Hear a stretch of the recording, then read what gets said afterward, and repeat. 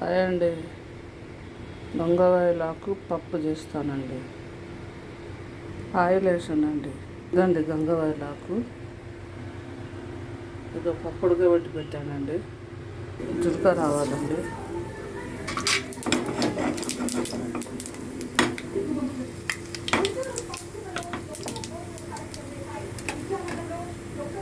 పచ్చిమిర్చి అండి.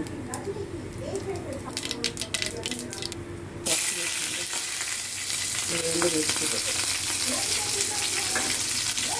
ఉల్లిపాయ అండి. సాల్ట్ అండి, ఉప్పు, కరివేపాకు పసుపు అండి, ఇంగు అండి, కాస్త ఇంగు వేయండి. టమాటా వేస్తున్నానండి. కారం అండి, గంగవాయిలాకు అండి.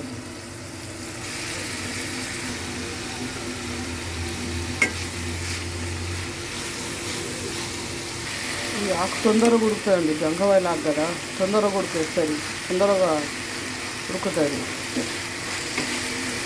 చాలా బాగుంటుందండి గంగవాయిలాకు పప్పు టమాటా. చేసి చూసుకోండి, బాగుంటుందండి. గంగవాయి పప్పు ఉడకబెట్టానండి, పెసరపప్పు దీంట్లో వేసుకున్నా.